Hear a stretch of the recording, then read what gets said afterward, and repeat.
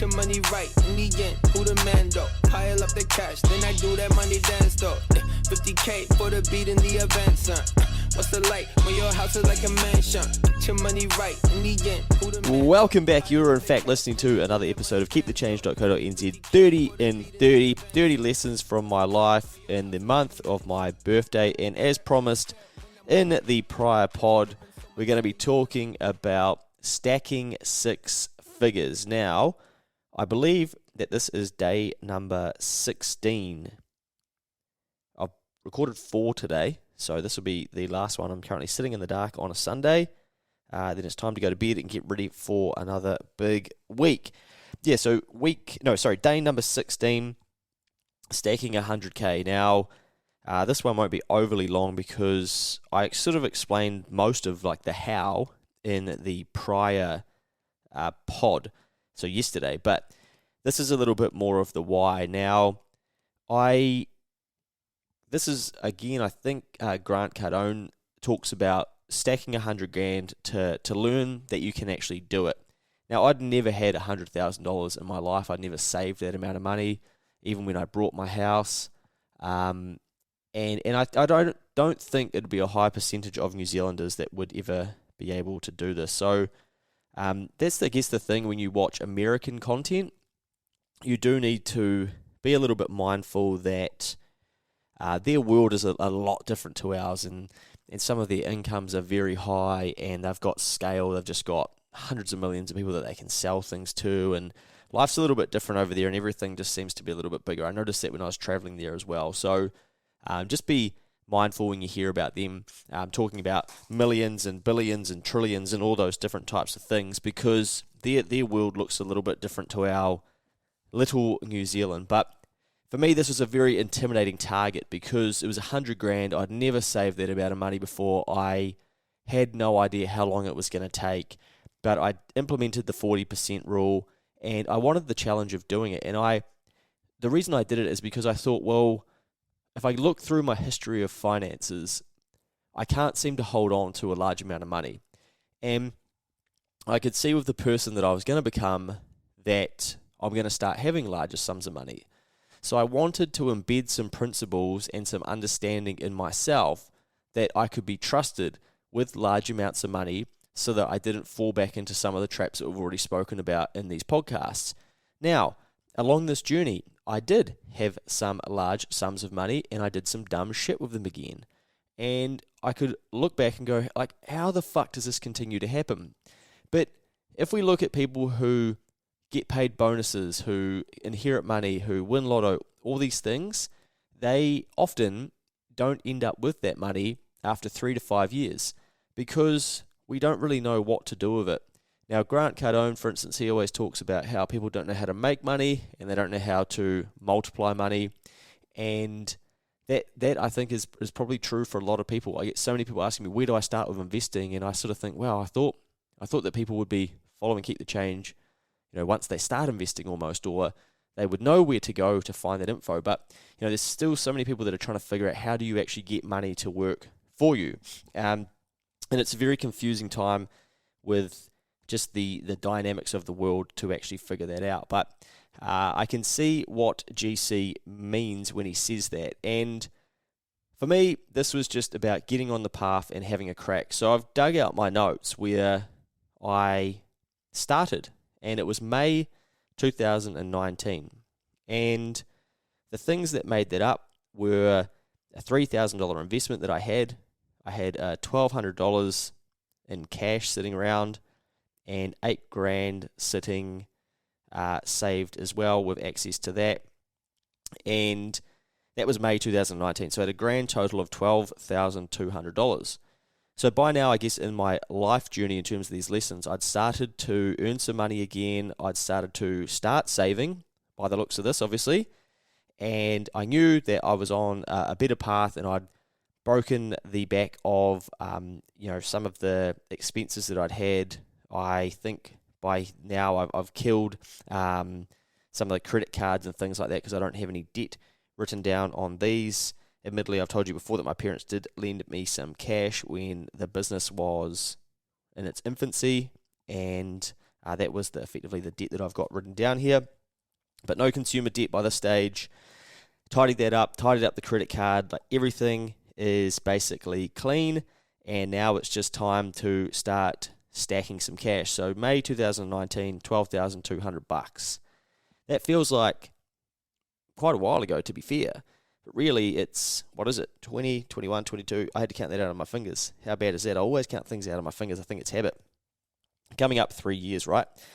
But, there's a pretty low bar for some people, but for some people you'll be thinking, well, that's actually quite a lot of money to have saved. But, I was only 12% of my way to the 100K goal. And I wanted to do it to see, could I do it? Could I stick to it? Did I have the discipline? And what was the process actually going to be like? Now, if I fast forward to June, a month later, I've sent the $8,000 off to my sister. That can go, because I don't want to touch that. I don't want to have access to it. So I've told my sister, hey, I'm going to start sending you some money. Put it in a separate account. Don't send it back to me. Okay? Yep, cool. Sweet. So now, $11,000 with her. I've got $3,000 in my investment still, and $200 sitting in bonus bonds of all things, which eventually got wound up. So I've advanced myself $2,000. I've made $2,000 progress. Now, key thing here, I've got May, June, July, August, September, October, November, December. I'm not going to take you through each of them, but why do I have that? Well, just like I teach in the Money Mail lessons, start to track your progress. Start to actually keep a financial position, your assets, your liabilities. Do this monthly. This is what businesses do. Some businesses pay us to actually report to them what their financial position is at the end of each month. You can go into your accounting software if you've got a business and you can do that. There's no reason why you as an individual shouldn't be doing that as well.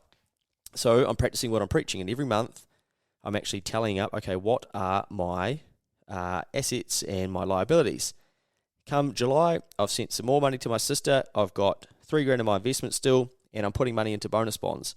So that's an automatic payment going into that, and that's what I'm building up there as a little bit of an emergency fund. Because remember, I've told my sister, do not send me the money back. So I need to have a little bit of money on hand, but you can see that in May, I started with absolutely zero. So I had no emergency fund, so I had no cash sitting there should I need it. Now, let's fast forward to October, I've got $1,100. So I think I must have been putting in $50 a week. $50 a week into an emergency fund just to slowly stack that up. And I was praying like shit that I wasn't going to have any emergencies. Now, I'm not going to take you through each of these months, but basically every single month I am writing down where I'm at and I'm tracking it. And by the end of December, I'm actually halfway to the goal. So I've done really good because I'm starting to get paid a bit more. I'm saving 40%. I've got written down every time I've paid for my sister as well. I've got written down what I've paid, and it's 40% of something. So it's like $1,200, $1,500. And then remember I told you sometimes I get bonuses, and then I can see these lump sum payments. $8,000. I've transferred my sister $8,000. And then $300, $1,200, $3,800, $650, $1,200, $800. It just keeps going up and up and up. And those are all 40% amounts. And also, there's a couple of large sums there. Now, I guess interestingly, even for me, I feel a little bit bad like saying this because I know that it's quite a lot of money to somebody. But this is my life and it is what it is. But I can see I've written down $15,000. So I must have got a really good bonus.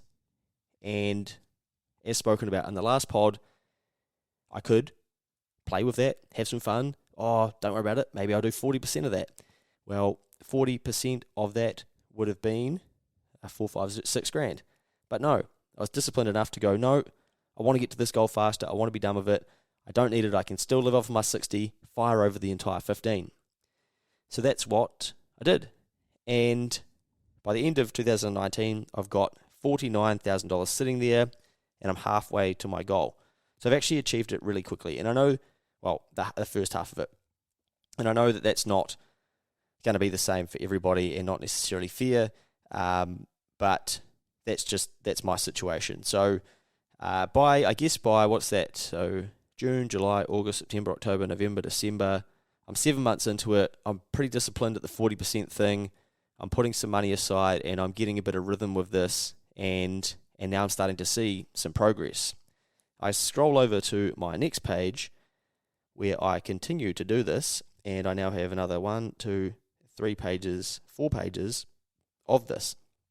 And let's have a look. Basically, I achieved this by March 2020. So it took me less than a year. But what's changed along this way? Let me just figure out what's happened in here. One of my investments that I had, my $3,000 investment that I had, I turned it into $9,000. Outstanding investment. So my $3,000's become 9. That's $6,000 that I haven't had to store because it's done it itself. Now, not everyone's going to be able to do that, but I got a little bit lucky with that, and it happened right.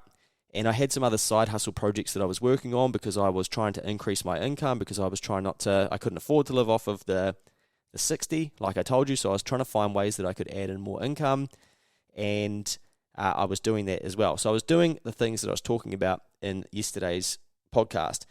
Now, if I have a look at this too, something else creeps in, and it's the word stocks. So in December 2019, I started to get itchy. I thought, well, I've got $50,000 put aside. I'm halfway there. It's time to start investing again, because I knew that eventually I want to start investing again. And so I had to decide, okay, when am I going to buy some stocks? So I think from memory, I brought $10,000 worth of stocks in Sky City, of all things. You would say, Sky City, oh no, easy in hindsight. But remember that this is December 2019. This is pre the pandemic.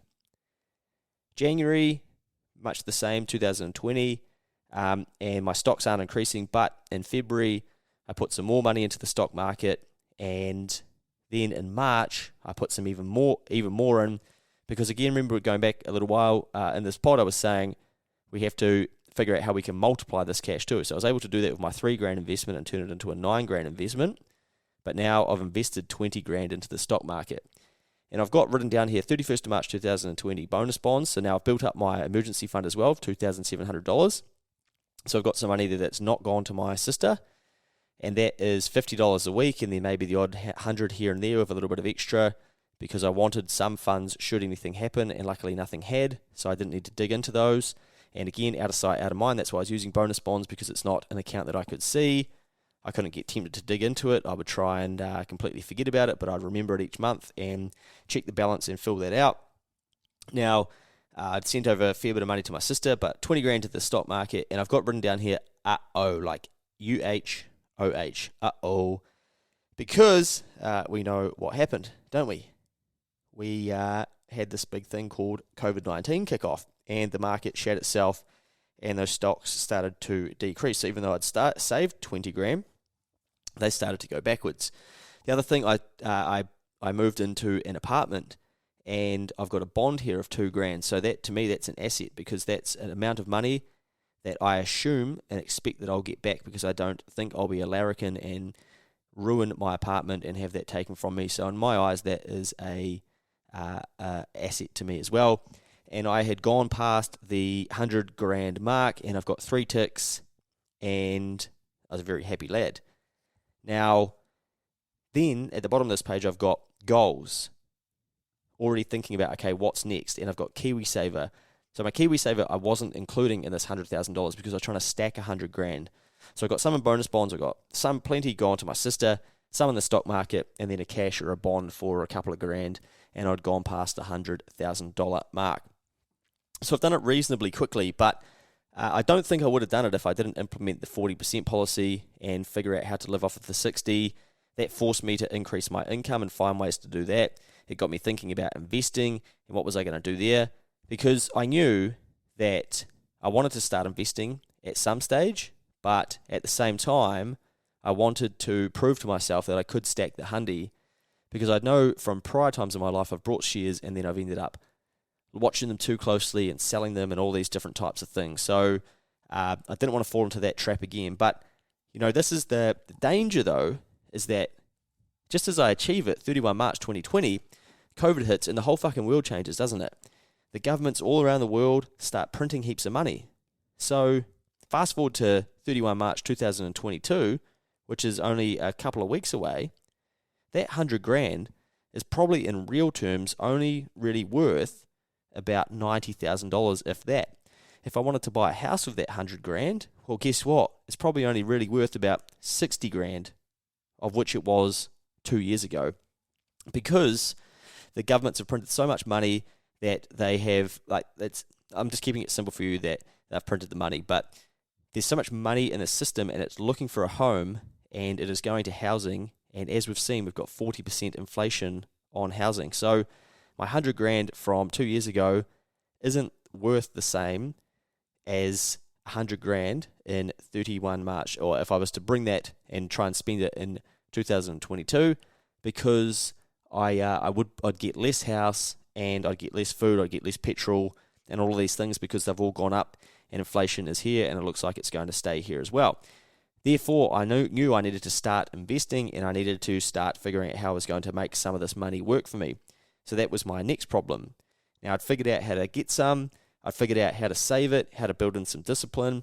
Now it was time to figure out how to multiply some of this cash, and that is an ongoing journey for a number of us. But I didn't stop here. I've got on my next page plan to get to level 2. Now the level 2 plan was prior to COVID really, really kicking in, and it was with the goal to buy a rental property. Now I've sort of parked that to the side when the housing price parked that to the side when the housing prices went nuts, because I didn't want to end up with a massive mortgage and be back into that trap that I've spoken about in the Buying a House podcast. But I'll probably get there again at some stage, or I'll figure it out. I might end up buying a $5 million home and setting that goal and going after that. And if it takes me 10, 15 years, I don't know, I don't care. If that's my goal, I'll go for it. I'm not going to buy a house for the sake of it. But a rental property I could see was a very smart thing to be thinking about in April 2020, because I knew with all this money that was getting printed, what were Kiwis going to do? They were going to go and buy houses. But they did it fucking way faster than what I thought they were going to do it. And I sort of missed the boat. So again, with the benefit of hindsight, if I didn't piss around in my 20s, if I didn't sell my house in the Naki, if I wasn't a fuckwit with money all the time, maybe, just maybe, when that crash happened in 31 March 2020, with my brain and my realization that, wow, everybody's going to buy houses, house prices are going to go through the roof, what could I have done? Bought a second or a third house and been even richer on paper. But I couldn't, could I? Because I was still repaying the sins of my prior life. So this is why it's important for people that are sitting there going, oh, I'll just wait till next week, I'll wait till the year after. Once you get yourself on the path, you realize what opportunities you miss out on by delaying for so long. Do not be like me if you're young in your 20s listening to this and go, fuck, I'll worry about that down the track. The reason we stack cash, the reason we learn to save, the reason we build in discipline is to give us options. Options are a great thing to have. Now, when your back's against the wall because you've got a maxed out credit card, you have a mortgage, you're got consumer finance, you are paying off a lazy boy, king size bed, all of these dumb things, you can't play with opportunities. You don't have options. You've foregone your opportunity to take some of these chances and take some of these opportunities because you're on the back foot and you're playing defensive. So again, Lukey boy, 30 March 2020, I knew what was coming. I knew all the Kiwis, they were going to go buy houses because it's what we do. And it's what happens when money gets flooded into a system. Once I saw how the government responded to COVID, I thought, fuck, this is going to be interesting. House prices are going to go up. Everyone was saying they're going to go down. I've got a podcast recorded a long time ago with a mate, and I said, mate, if I could give anyone any advice listening to this, it would be get in a position to buy yourself a house, do it with some friends, do it with some family, whatever, you're going to make some money. I even did inquiries of my own. I decided, nah, not for me. I'm just going to stick to my path.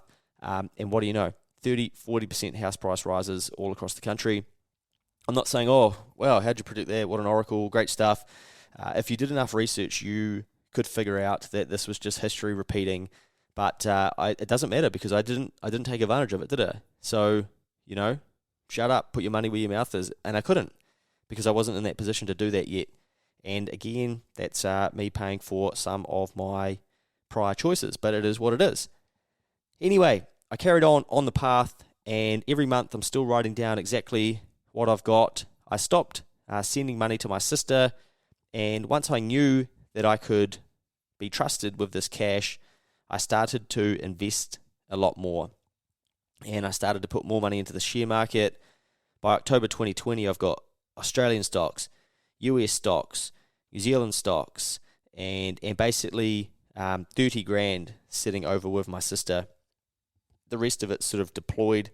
I've got a Hatch account, I've got a Sharesies account, and I even have pop up on this somewhere, maybe it's the page after, crypto sneaks in somewhere, November 2020, November 2020, my first crypto purchase, 5 grand. So then I start playing in that space. So I've got Sharesies, got my cash, got a bond, I've got stocks in New Zealand, I've got stocks in the US, stocks in Australia, and crypto. And these are all slowly increasing from November 2020 through to March 2021. And I started to use some of this cash too to invest back into other opportunities, other things that I was working on. My tax bills started to increase as well because I was earning more, and I was earning more from my side hustle as well. So then I had to put some of my side hustle money aside and start paying tax on that. So I've actually got a debt written down. Luke, remember, you've got 16.5 grand of tax to pay. All of a sudden you're like, oh wow, okay. One of my goals, which I won't be too far from, is to pay more tax than the income that I had in my job when I left.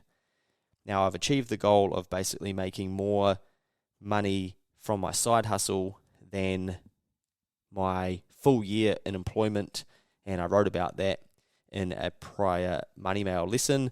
But my next one is to pay more tax than my 80-something K salary to, or when I finished up working. So I'll let you know when I do that. I don't think that'll be too far away. It should be. I actually have to have a look at the end of this financial year, but I usually do things in financial years because I'm an accountant. So 31 March is the end of the balance date, and that's sort of how I map out my years, whereas a lot of people use the calendar year. That's completely fine as well. The key things are that you set goals and that you put in methodology to help yourself achieve them, and that you stay disciplined and that you get after it. Interesting thing here that I've got written down too, in February 2021, I effectively hired an assistant. So I got to the stage where I needed to start buying some of my time back. I noticed that I was becoming inefficient. It was becoming harder for me to do a number of the things I was doing. I couldn't write Money Mail, do a podcast. I wasn't even doing the podcast by this stage, actually. I was just doing the written piece. I couldn't get it on Instagram. I couldn't get it on Facebook. I couldn't repurpose it and put it on LinkedIn and all these different places. I needed to start building some systems to allow me to scale up. And one of those things that I needed to do was to hire some help. So if we go all the way back to Developing in Yourself, that podcast, remember that someone said to me, well, once you work to your strengths, you'll notice that your life will completely change, and then you can find people who can help you work to your weaknesses. Well, February 2021, I could start doing it. Remember, I learned that, it's probably 2018 or something, so it's probably taken me 3 years to actually get to the point with what that lady was teaching me about, when I was saying, well, I don't even know what the fuck my strengths are. I don't even know what my weaknesses are, and I don't know how I'm going to get the money to pay someone to help me figure out how to do the things that I'm not very good at. So February 2021, it was starting to happen, which is very exciting to look back and think about that. I've also got written here too, remember, Luke, that shares are long-term purchases. I'm quite a big fan of talking to myself. I don't actually have Remember, Luke written down, but these are notes to myself that I'm reminding myself, okay, well, if you're buying shares, because by this stage I've got 55 grand, 60 grand worth invested into New Zealand stocks, and I'm trying to make my money work for me, because by this stage as well, I'm trying to get a dividend from these and get a financial return on them. I've got a reminder to myself, shares are long term. You should be at least buying stocks you want to hold for the next 2 years, because we're still in a rough, rocky time with COVID. So if you're thinking about buying things, investments, think about why and what purpose they are, and why you, or how long you want to be holding those things. I've also got a note here that I want to be willing to invest in myself, because that's exactly what we spoke about a couple of pods ago, and I knew it was working for me, And I knew that, okay, hiring someone or getting some time back into my day, that was going to make me more valuable. But I needed to continue to invest some of this money back into myself to ensure that I got a bigger return as well. And that's something that I have continued to do. And I figure out where I'm going to invest that money. Now, by the 30th of June 2021, actually 30th of April 2021, I filled this out for the last time, and I moved to my spreadsheet version, which you would have received in Money Mail 2, I think it is, in May 2021. Now, I think May 2021 was basically the birth of Keep the Change. So I moved to my online version rather than my iPad version, and now I do my financial planning, financial position. Every single month I have a calendar reminder set up to do it, and I do that on my spreadsheet, which I can pull up at any time, and I can predict out my cash flow as well. You know, what expenses have I got coming up this month? How much money do I have? And I also key in an automatic calculation, okay, 40% of my income that's coming in, because I'm still doing that. And like I said, in the last pod, I fell off the bandwagon for a bit, but I'm back on that, and that's how I know exactly what I should be sending off to my sister, so that I can't touch it. Or now I've kind of changed my strategy because inflation's here. I know that I need to get my money to work for me, right? So I need to take some risk, because not taking risk is storing cash. Now, cash stored will give us options, great, but I've got 30 grand sitting there, right? That should cover a giant fucking emergency. I would have thought so. I would have hoped so. I don't know if I've had an emergency in my life that's been 30 grand. So I'm probably being overly prudent there, but it's almost sitting there as an emergency fund, a rainy day fund, and an opportunities fund. If there's something that comes up that I need to throw some cash at, well, then I've got some cash sitting there to do that. But, you know, I stay pretty liquid in terms of the things that I own. I know that I could sell some things and get access to some cash should I need it. A lot of people who tie up their entire net worth in property, they can't do that because property is very illiquid. So it means that the way that most people access cash from a property is they go to the bank and say, hey, can I please borrow against this? Hey, I want to build a deck. Can I please borrow to do this? You can't sell off a portion of your property to do that, to access the cash. You leverage against it some more, and you spend more of the bank's cash, and then you have to repay it back. So anyway, I try and keep cash sitting there for an emergency, but at the same time, I know that leaving cash around is actually rotting, because at the moment cash is rotting at, they tell us it's 6%. I actually think it's higher than that. It's 40 if you want to buy a house.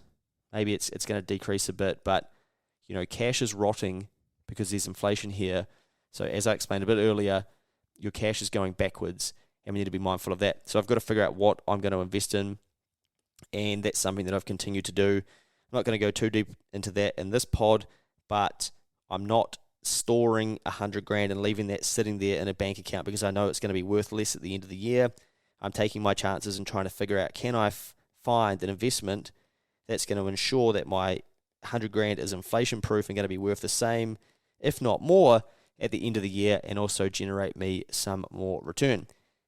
Now, I hope that has got you thinking. Let's recap this, because this was the target of 100k, and I thought that this would just be an easy 15-minute pod, but the target was 100k. Why? Well, I'd never had that amount of money before. I didn't even know if it was possible, and I didn't know how long it was going to take, and I wanted to really challenge myself. I'd saved 10 grand before. I was pretty happy with 10 grand, saving 10 grand, thought that was a big achievement. And 100 grand, I'm like, fuck, there's 10 lots of it. How many people in New Zealand have saved 100 grand? I'm not too sure. I'm not too sure how many people from absolute scratch with no help of their parents, nothing like that, have gone, right, I started with 12 grand basically, but that was zero before that, and I'm going to get to 100 grand. So now I know that I can do that. What does that do for me? It gives me confidence. It gives me confidence that I can actually store 100 grand. I learned how to trust myself again. I learned that I didn't fuck it up along the way, that I didn't grab it and go, you know what, I'm going to wreck 20 grand on some trip overseas, or I'm going to do something stupid, or I'm going to just shout all my mates a bloody trip to Disneyland or something. I could actually save, store, and hold on to and protect $100,000. That's another level for Luke. That's unlocked another level in Luke. And I'm teaching myself, good man, because one day it's going to be $1 million. Then it's going to be more. So we need to figure out now how we can handle these types of amounts of money, because they're going to come, and they're going to come in the future. So we've got to set ourselves up now for the people that we're going to be in the future, so that when we get there, we don't fuck that up. Now, that's what I'm trying to teach myself, and that's the path that I was on. What else did I do? I stored it with my sister, because, again, I didn't have the trust in myself. I was worried that I was going to fuck it up. So, sister, hey, can you hold on to this for me? Why? Because I've been an idiot in the past. You know about that, eh? Yeah, I do. You are a fucking idiot sometimes. So, yep, good stuff. Cool. Don't give it back to me, okay? Yep, sweet. Oh, look, if something really bad happens, do. But otherwise, you just hold on to it, and we'll go from there. Cool. Good on you, bro. See you later. Sweet. Done. Now, what else? 3, the 40% rule. I was storing 40%, and then every time I got a bonus, got some extra, I was sending that off to my sister as well. What did that teach me? We learned about that in the last pod. I needed to figure out how I can increase my income. I needed to start hustling. I needed to change my mindset. I needed to figure out where else could I get some cash from. That's exactly what I did. Now, as we got later in the process, what else did we learn? Well, saving's not overly smart. Storing money in a bank account's not overly smart, because the government, and this isn't a beat up on Labour, that's going to be the same when National eventually get in. I'm going to beat up on them too, because I don't think any of them are going to ultimately be in control of people like you and I, our financial future, because we're trying to get in control of our own. So we need to understand how the system works, and what these people talk about, and how they say one thing, but then actually the opposite says. Remember, they said that they were going to bring the price of houses down. How'd that go for them? Oh, yeah. Anyway, so I knew that saving money, storing money wasn't very smart, so I had to go back to my investing. Then I needed to put some research in, because I didn't know where I was going to invest. Okay, then I needed a strategy. What am I ultimately trying to achieve? I'm trying to decrease my cost of living. Therefore, I need to buy stocks that are going to pay a dividend, that are going to help reduce my cost of living by paying some of my rent for me. What else did we do in here? There was something that you've missed, and it's the absolute cracker, monthly tracking. You want to keep an eye on your finances every single month, more regularly if you can. This helps you train progress into yourself and actually stay on the wagon. There you go. 5 steps. 100K target, or set a target. It might not be 100K for you, but set yourself a target. Store some money somewhere out of sight, out of mind. Make sure that you can trust yourself again. Do it to prove to yourself you can do it. Use the 40% rule. Remember that once you get there, now you've got to figure out what you're going to do with it, how you're going to multiply it. But give yourself that time that you're actually trying to save it to figure out how you're going to multiply it. And again, track your progress monthly. If it turns to shit, it's all good, It's all good. Just trust the process, get back to it, carry on. It's not supposed to be easy. Who cares how long it takes? Do it so that you can trust yourself.